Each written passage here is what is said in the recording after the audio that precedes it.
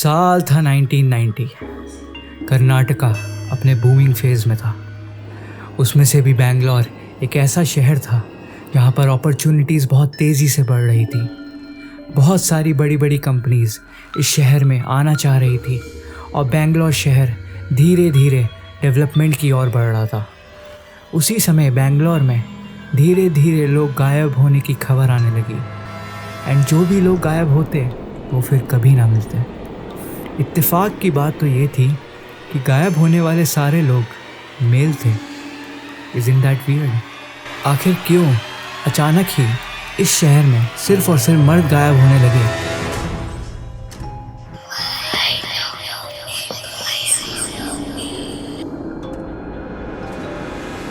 कोटे और लक्ष्मी बेंगलोर में साथ रहते थे।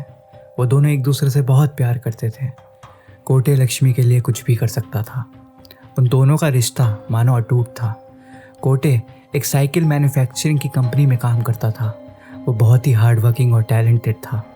उसने कई महीने मेहनत करके एक बाइक खरीदने के पैसे सेव करे थे ताकि वो उस बाइक से लक्ष्मी को इम्प्रेस कर सके और उसको बाइक पर अपने साथ घुमा सके। साल था 1992। उस समय बेंगलोर से काफ़ी लोग गायब हो रहे थे। इसी बीच लक्ष्मी ने कोटे से कहा कि तुम्हें तो कौन ही ले जाएगा, तुम तो इतने ताकतवर और शक्तिशाली हो। पर लक्ष्मी को क्या पता था कि कोटे की तकदीर में तो कुछ और ही लिखा है। कुछ दिनों बाद कोटे अपनी नई बाइक पर काम के बाद घर जा रहा था, लेकिन उसने देखा कि सड़क पर कुछ ज़्यादा ही सन्नाटा है, मानो पूरे इलाके में उसके अलावा कोई ना हो। वो बाइक चला तो रहा था पर अंधेरे के कारण उसे रोड ठीक से दिख नहीं रही थी और उसके कान में ठंडी हवा की आवाज़ आ रही थी।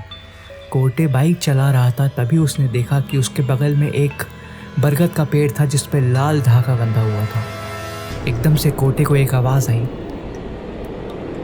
कोटे ने उस आवाज़ पर ज़्यादा ध्यान नहीं दिया और अपनी बाइक चलाना शुरू कर दिया। कुछ देर बाद उसे फिर से वही बरगद का पेड़ दिखा। उसे कुछ समझ नहीं आया।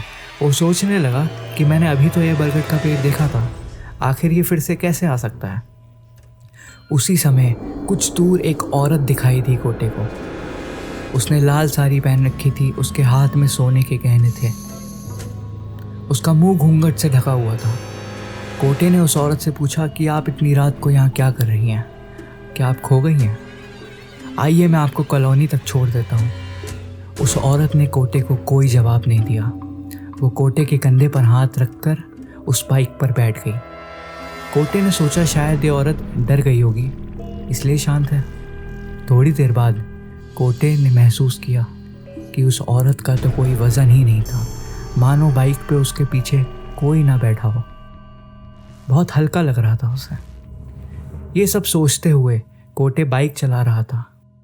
कोटे को अपने पीछे से चूड़ियों की आवाज़ आने लगी और धीरे धीरे उसका सर भारी होने लगा। कोटे ने ज़्यादा सोचा नहीं और वो बाइक चलाते हुए कॉलोनी की तरफ बढ़ते रहा। वो कॉलोनी के गेट पर पहुंचा और उसने कहा कि अब आप यहाँ से सीधा चलिए, आपको रास्ता मिल जाएगा। पर वो औरत वहीं खड़े रहकर कोटे के पैर की तरफ देखती रही। कोटे को कुछ समझ नहीं आ रहा था, तो वो बाइक लेकर गेट की तरफ अंदर बढ़ता रहा और अपनी बाइक लगाकर घर में घुस गया। तभी उसे पीछे से पायल की आवाज़ आई। वो रुका और उसने सुना, कोटे, मेरे पास आओगे ना, या फिर मैं अंदर आ जाती हूँ। कोटे हैरान हो गया क्योंकि ये आवाज़ और किसी की नहीं, लक्ष्मी की थी। लेकिन लक्ष्मी तो अपनी बहन से मिलने गाँव गई हुई थी। कोटे ने चिल्ला के पूछा कि तुम कौन हो, तुम क्या चाहती हो? तभी उधर से आवाज़ आई,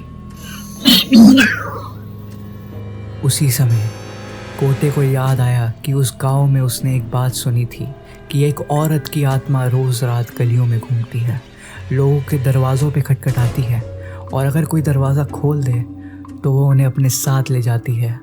वो आदमी फिर कभी नहीं मिलता। स्त्री को मारने का कोई तरीका नहीं था। ये स्त्री आदमी को उसकी मन पसंदीदा औरत की आवाज़ में बुलाती और उन्हें हमेशा के लिए ले जाती। ये सब याद आते ही कोटे तेज़ी से चिल्लाया, नाले बा, नाले बा। कोटे की आवाज़ सुनकर उसका दोस्त जो उसके बगल वाले घर में रहता था वो उठ गया और पीछे वाले रास्ते से उसके पास आ गया।